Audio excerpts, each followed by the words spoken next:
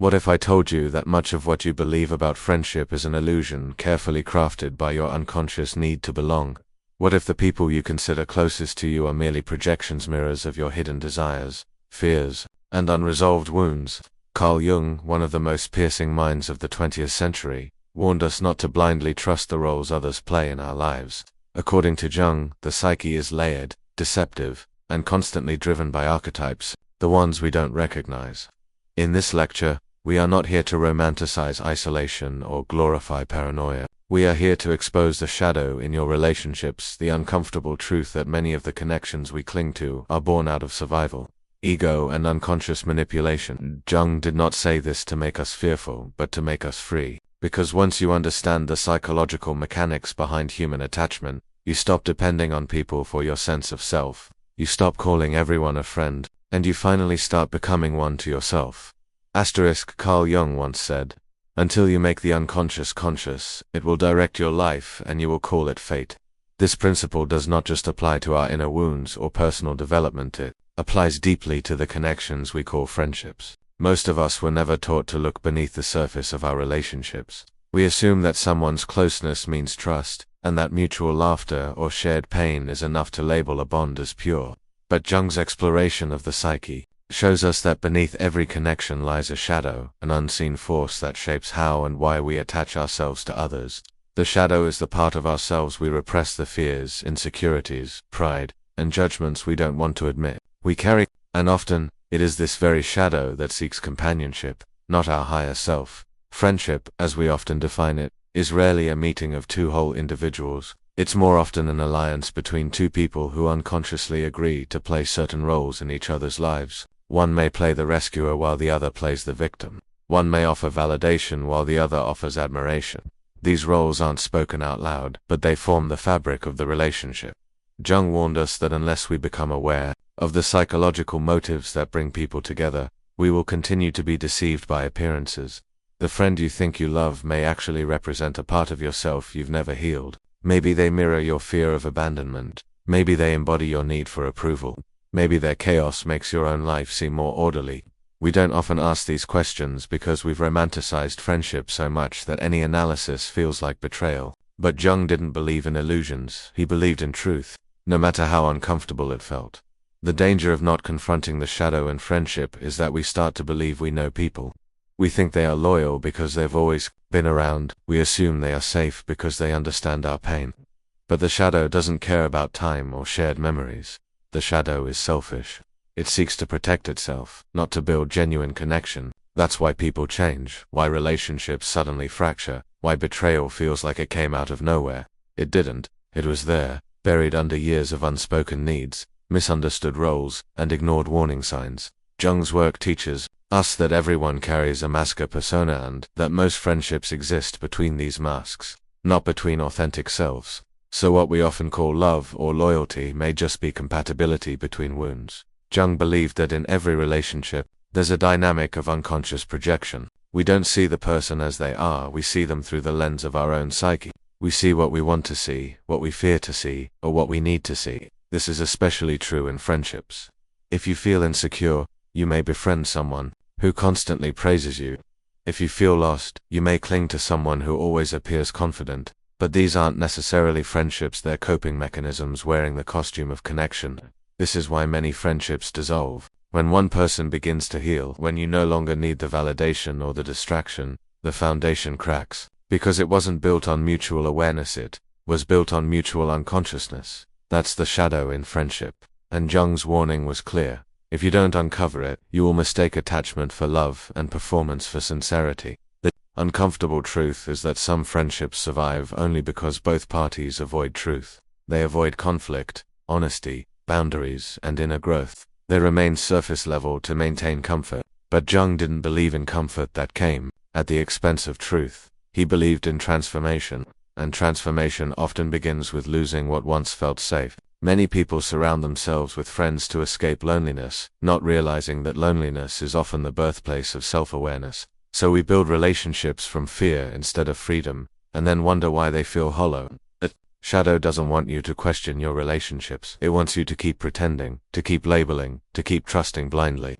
But the more you become aware of the shadow in yourself, the more you begin to see it in others. Not with judgment, but with clarity. You begin to notice how people project their expectations onto you, how your presence serves a function in their emotional structure, and you also begin to see how you've done the same. You realize how much of your so-called friendships were rooted in shared trauma, not shared truth.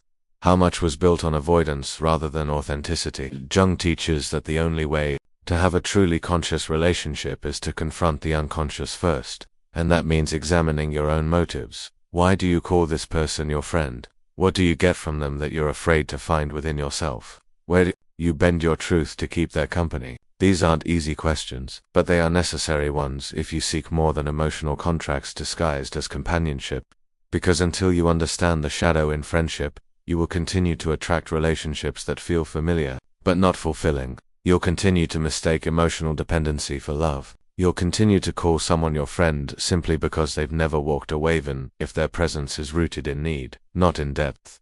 Jung's method was never to make us suspicious, but to make us conscious. He didn't ask us to reject people, but to understand what part of ourselves invited them in, because that understanding is where transformation begins. Not in labeling people as enemies or friends, but in seeing them as mirrors that reflect the hidden architecture of our inner world. Carl Jung's theory of projection is one of the most misunderstood yet most powerful concepts in psychology. At its core, it reveals how the human mind externalizes its inner contents onto the world, especially onto people. When Jung spoke about projection and persona, he wasn't merely explaining psychological habits. He was warning us about how these unconscious forces shape the relationships we hold most dear. This is especially true in the case of friendship. Most people believe that friendship is based on mutual affection, shared values, and consistent loyalty. But Jung would ask, is the person you call your friend truly who they are, or are they simply playing the role you need them to play? Are you seeing the real person, or just a projection of your own needs, desires, fears, and past wounds? The persona is the social mask we wear to navigate the world.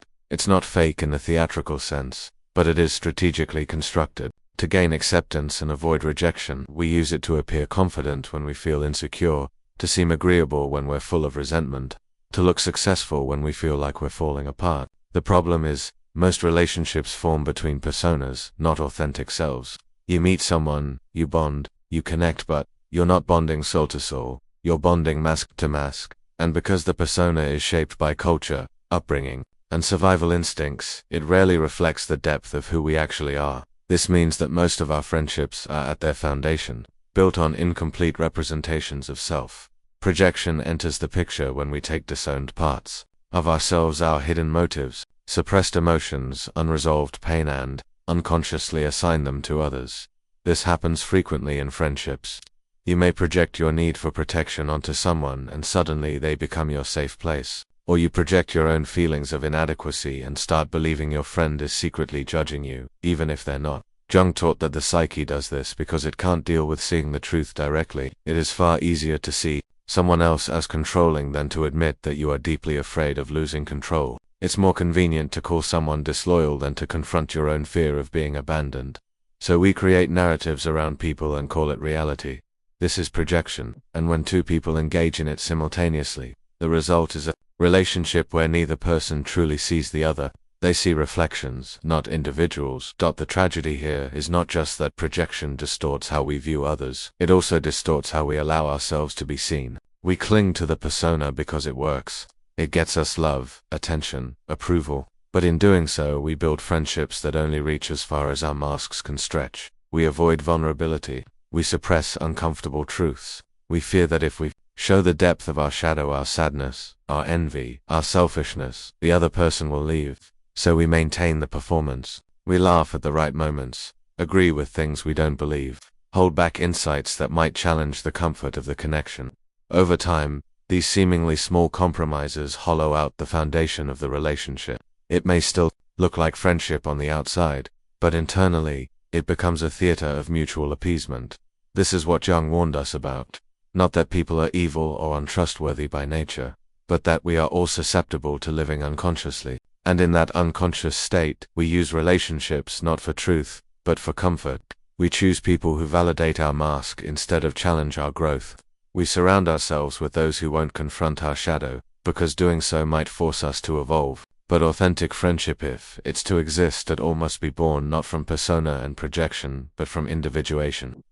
Individuation is Jung's term for the process of becoming a whole, conscious self. It's not about being perfect, but about being honest. And when two individuated people meet, they do not relate through masks, they relate through essence. They don't need to play roles or hide behind projections. They can hold space for the other's complexity, because they've already made peace with their own dots. So the real work isn't in finding better friends. It's in dissolving the illusions that cloud your perception. It's in noticing when your admiration is really idealization, when your jealousy is really insecurity, when your loyalty is really fear of being alone. It's in asking yourself whether you love the person or just love the version of yourself that shows up when they're around. The more you uncover your own projections, the more you begin to see clearly. The more you dismantle your persona, the more authentic your presence becomes. And with that authenticity, your relationships start to shift. Some may fall away, unable to survive in the absence of mutual illusion. Others may deepen, becoming mirrors not of fantasy, but of reality.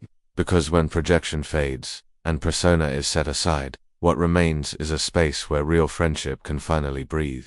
A space where two whole selves can meet without expectation, without pretense, and without fear of being truly seen. Loyalty is one of the most celebrated virtues in human relationships, especially in friendships. We are taught to value it above all else, to remain loyal through hardship, to forgive betrayal in the name of history, to stand by people even when it costs us our peace. But Carl Jung, in his deep study of human behavior and the unconscious, urged us to question what loyalty truly means and whether it is always a sign of strength or sometimes a symptom of fear. Jung understood that much of what we call loyalty is not rooted in love or virtue, but in psychological contracts we are too afraid to break. When we remain loyal to someone, we often think we are proving our character, but more often we are reinforcing the ego's fear of change and disruption. The ego doesn't like to let go of attachments, especially ones that make us feel significant or secure, so we stay. We remain loyal, even when the connection has become toxic, irrelevant, or misaligned with who we are becoming. This is what makes Jung's insight so disruptive. He didn't frame loyalty as inherently good. Instead, he showed how loyalty can sometimes be a defense mechanism, a way to avoid facing the discomfort of evolution. People often cling to loyalty out of guilt, not gratitude. They say, "They were there for me when I had nothing," or "They've always stood by me," but they rarely ask, "Am I still growing in this relationship? Is this loyalty helping me become more whole, more conscious, more aligned with my truth?" If the answer is no, then loyalty becomes a form of self-abandonment. We confuse time served with depth of connection. We confuse shared history with shared values. And in doing so, we keep ourselves stuck in relationships that once had meaning, but now only have momentum. Jung believed that the psyche seeks growth, not stagnation. When a relationship stops supporting that growth, the unconscious starts to rebel. You feel drained after every interaction. You start censoring yourself to keep the peace. You find yourself reverting to old versions of yourself when you're around certain people, versions you've already outgrown. But because of loyalty, you suppress these signals. You silence your inner knowing. You tell yourself that loyalty is more important than authenticity, that walking away would make you heartless, ungrateful, or disloyal. This internal conflict creates psychological tension, and eventually, if not addressed, it leads to resentment toward the other person and toward yourself. What Jung also exposed was that many friendships are based on unspoken agreements. I'll validate your wounds if you validate mine. I'll never outgrow you if you never challenge me. I'll play the role you need me to play as long as you do the same for me.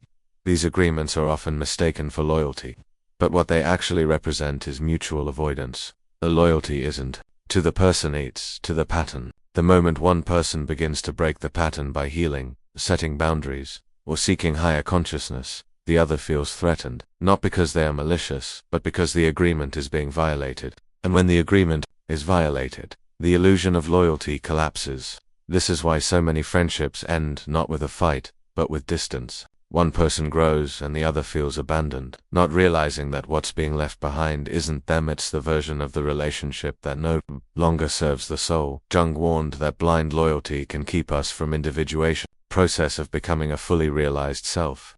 To individuate means to break away from the herd, from inherited beliefs, from false identities, and from roles that no longer fit. And often, it means letting go of relationships that were built on those outdated roles. Loyalty can bind us to a version of ourselves we're trying to escape. You might remain loyal to a friend from your past because they remind you of who you used to be. They knew you when you were struggling, confused, or lost, and there's a strange comfort in that familiarity. But comfort is not the same as alignment. Jung would say that true loyalty must first be directed inward. If you are loyal to your own growth, your own soul, your own unfolding path, then your external loyalties must evolve as well. Anything less is a betrayal of the self. Many people carry guilt for outgrowing friends, but Jung's teachings offer a liberating perspective. Growth is not betrayal.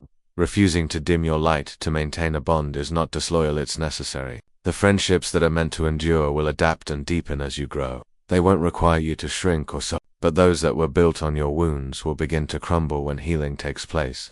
This is not cruelty, it's transformation. Loyalty should not be a chain, it should be a bridge. If it no longer helps you cross into new dimensions of truth and self-poise, it is no longer loyalty. It is fear wearing a noble disguise. The myth of loyalty tells us that leaving a relationship means we failed it, but Jung would argue that staying inauthentically is a greater failure. To cling to what no longer serves you out of guilt, obligation, or fear of being seen as disloyal is to prioritize image over truth, and the soul cannot evolve in that state. The soul demands honesty, it demands alignment, it demands the courage to say, this no longer serves my becoming, even when that truth hurts. Jung didn't ask us to be ruthless, but he did challenge us to be conscious. He understood that every relationship has a season, and that spiritual maturity means learning when the season has passed, not with bitterness, but with clarity, not with drama, but with quiet release. Because when loyalty becomes a weight, it is no longer sacred, it is an anchor holding back the very transformation your soul was born to embody. The ego is a master of disguise. It craves recognition, approval, and significance, and it will use even the most sacred connections like friendship to feed its hunger. Carl Jung understood the ego not simply as arrogance or pride, but as the constructed identity we use to define ourselves in a chaotic and uncertain world. He saw the ego as both necessary and dangerous. Necessary because it helps us navigate reality, but dangerous because it constantly seeks validation instead of truth. In friendships, the ego plays a silent but powerful role. It's the voice that asks, do they still like me? After a moment of silence, it's the impulse that compares who called who first, who gave more, who showed up better. These are not acts of the soul, they are performances of the ego. And the danger lies in mistaking ego-serving behavior for authentic love or connection. When you build a friendship around the ego's needs, what you're really doing is hiring someone to mirror back your worth. You want them to reassure you that you matter, that you are enough, that you are not invisible, and in return, you may do the same for them. This mutual arrangement feels good, even intimate, but it's not intimacy, it's ego reinforcement. Carl Jung warned that any relationship not grounded in the truth of the self is vulnerable to collapse.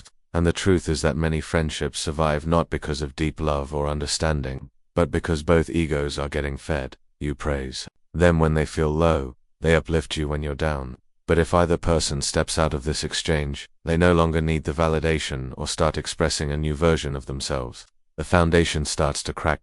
This is why some friendships suddenly feel distant when one person begins to grow. It's not that the love has disappeared, it's that the ego is no longer being served in the way it was used to. If your friend once made you feel like the wise one, and now you're both evolving at the same pace, your ego might feel threatened. If you were always the helper and now your friend doesn't need help, you may subconsciously feel abandoned. Jung's wisdom shows us that the ego doesn't want equality, it wants position. It wants to feel needed, superior, or indispensable. And when it doesn't get that, it quietly sabotages the relationship.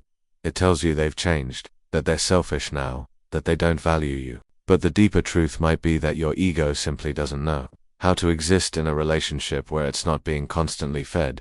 The friendships that serve the ego often feel intense, passionate, even addictive. That's because they're built on emotional highs, constant affirmations, shared grievances, gossip, or drama. These highs make the ego feel alive. But Jung warned us that anything that lives in extremes is likely rooted in unconsciousness. The ego thrives in extremes because balance requires self-awareness, and self-awareness threatens the ego's control. So we gravitate toward people who echo our narratives, support our illusions, and allow us to remain asleep to our deeper wounds. We call this loyalty, closeness, even love. But what it often is is a carefully curated echo chamber where the ego gets to reign unchecked. Real friendship, the kind Jung would describe as a connection between individuated selves, doesn't serve the ego, it challenges it. It reflects truth, not flattery. It holds space for complexity rather than comfort. It calls you out with love, not shame. And it doesn't exist to validate your identity, it exists to help you become more conscious of who you really are. This kind of friendship is rare because it requires both people to surrender their ego's need to be right, admired, or in control. It requires vulnerability without performance. It demands honesty without manipulation, and it's often uncomfortable, especially for those who have built their identity around being needed, praised, or constantly seen. The ego also uses comparison to poison friendships. It sees someone else's success as your loss. It interprets their distance as a personal rejection. It can't celebrate someone else without wondering what it means about you. Jung would say that this is because the ego is rooted in sees everything as me versus them. And in friendships, this means you may find it hard to be truly happy for your friend without some internal discomfort. You may unconsciously try to outdo them, one-up their story, or diminish their win, just a little. These are not signs of bad character, they are signs of unexamined ego. And until you confront them, the friendship remains a stage where roles are played, rather than a sacred space where souls meet. One of the most dangerous tricks the ego plays is convincing you that you are being selfless when you are actually manipulating. You offer help, not because it's needed, but because it makes you feel important. You listen, not to understand, but to earn closeness. You give, but you secretly expect something in return. These subtle ego games create invisible contracts, in friendship contracts that eventually become sources of resentment when they are broken. Jung taught that the only way out of this pattern is through shadow work, the process of becoming deeply aware of your unconscious motives. You must ask yourself, why am I doing this? What do I really want from this person? Am I loving them, or am I using them to love myself? Jung believed that the ego must be observed, not obeyed. It's not the enemy, but it is a terrible master. When friendships become vehicles for ego gratification, they lose their power to transform.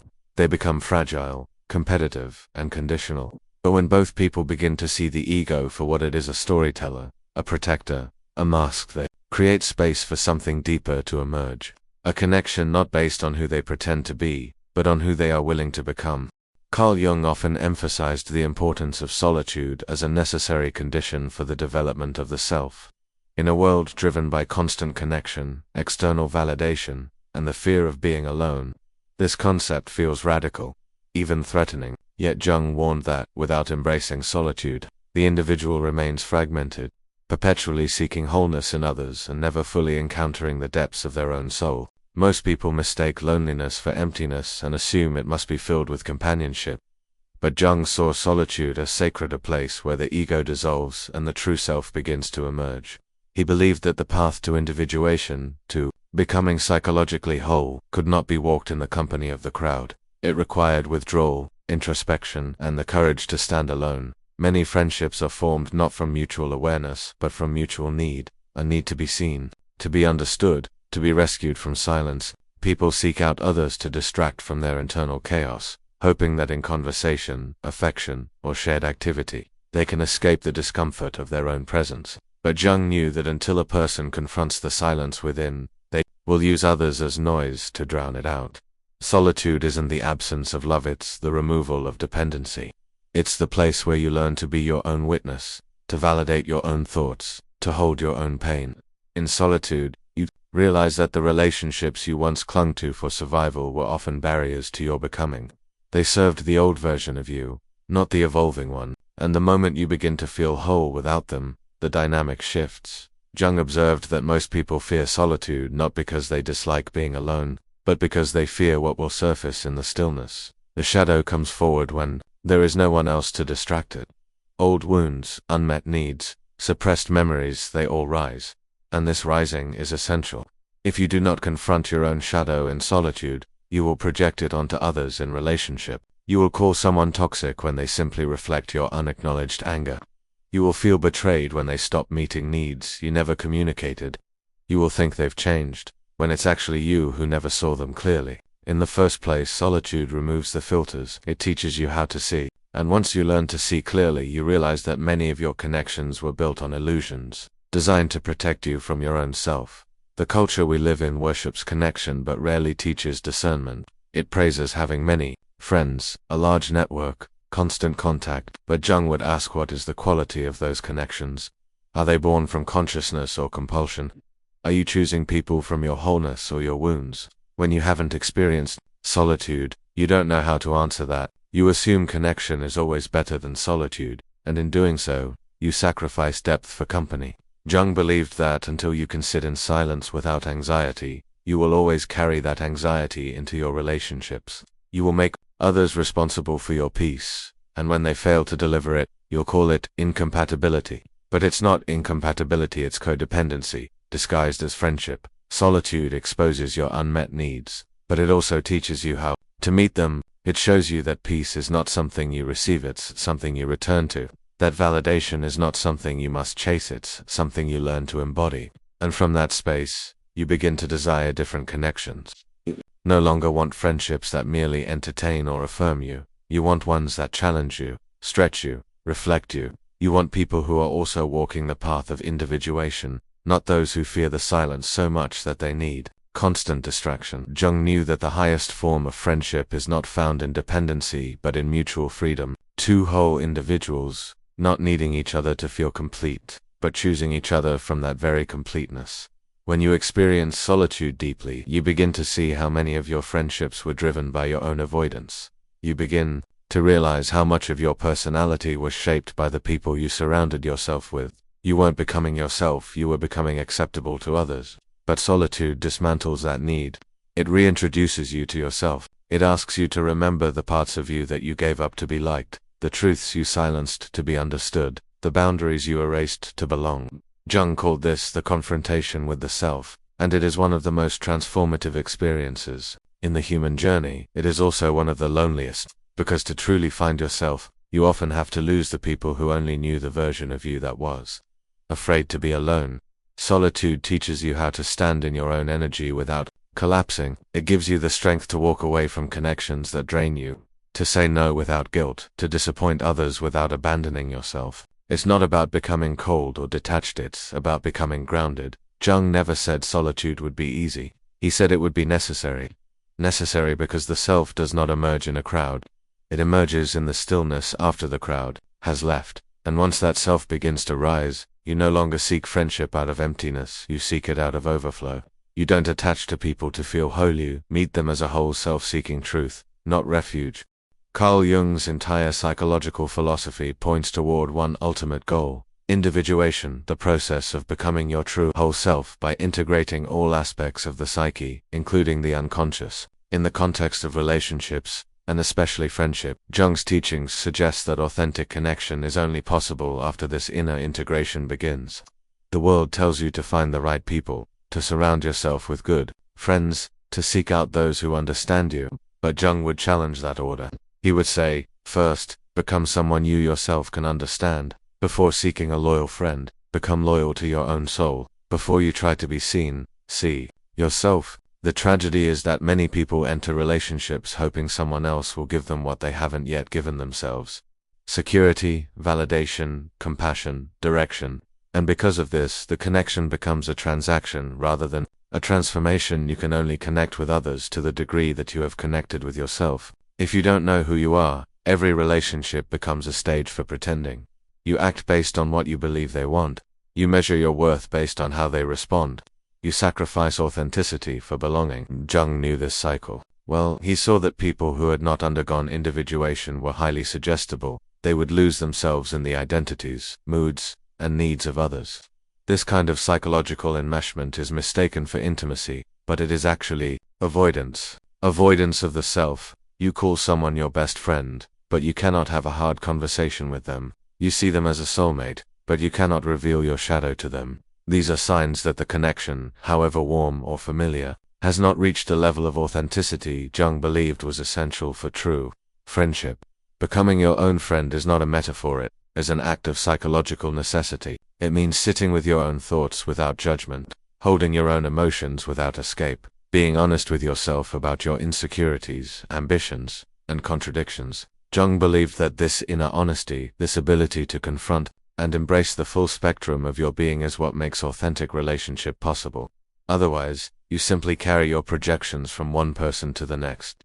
You see saviors where there are equals. You see enemies where there are reflections. You assign blame to others for what you have yet to face in yourself. Jung's warning was not that people are untrustworthy, but that until you become conscious of your own inner dynamics, you will interpret every relationship through the lens of your unhealed self. When you become your own friend, you no longer enter relationships from a place of need. You enter from a place of overflow. You do not require others to affirm your value, because you have already seen your own worth in solitude. You do not demand constant attention or reassurance, because you have learned how to sit with your own uncertainty. This changes the entire structure of your friendships. You no longer attach to people out of fear of being alone. You connect because there is resonance, mutual growth, and shared vision. You are not trying to be saved, and you are not trying to save. You are simply walking alongside someone, both of you whole and still unfolding. Jung believed this kind of friendship was rare, but not impossible. It requires a level of self-awareness that most people are too distracted or afraid to cultivate. But for those who do, the reward is profound. Relationships become mirrors for truth, not illusions for comfort. Individuation doesn't mean you isolate yourself from the world. It means you return to the world without losing yourself in it. You know your values, your wounds, your gifts, your limits. You can disagree without disconnecting. You can love without losing your center. And you can walk away without guilt when a connection no longer aligns with your growth.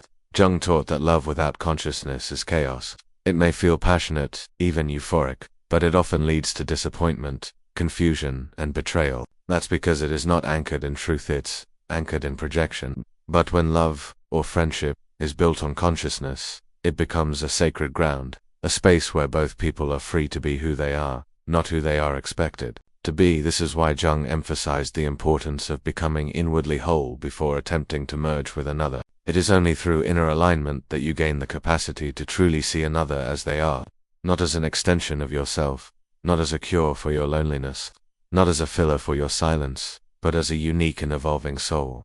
And in that, seeing you also allow yourself to be seen, not the curated version, not the pleasing mask, but the real you, unpolished, growing, honest. That level of transparency creates bonds that no amount of shared history or surface-level loyalty can replicate. It is the foundation of a connection that endures not because of need, but because of shared freedom and respect. Becoming your own friend also means learning to comfort yourself in moments when no one else is available. It means taking responsibility for your triggers instead of blaming others for activating them. It means learning how to celebrate yourself without waiting for applause. Jung would argue that this is the foundation for spiritual maturity, because the one who has befriended their own soul becomes unshakable. They are no longer thrown off course by rejection, abandonment, or misunderstanding. They no longer chase connection, they attracted by their very presence, and the connections they attract are of a different quality, less about emotional survival, more about mutual becoming.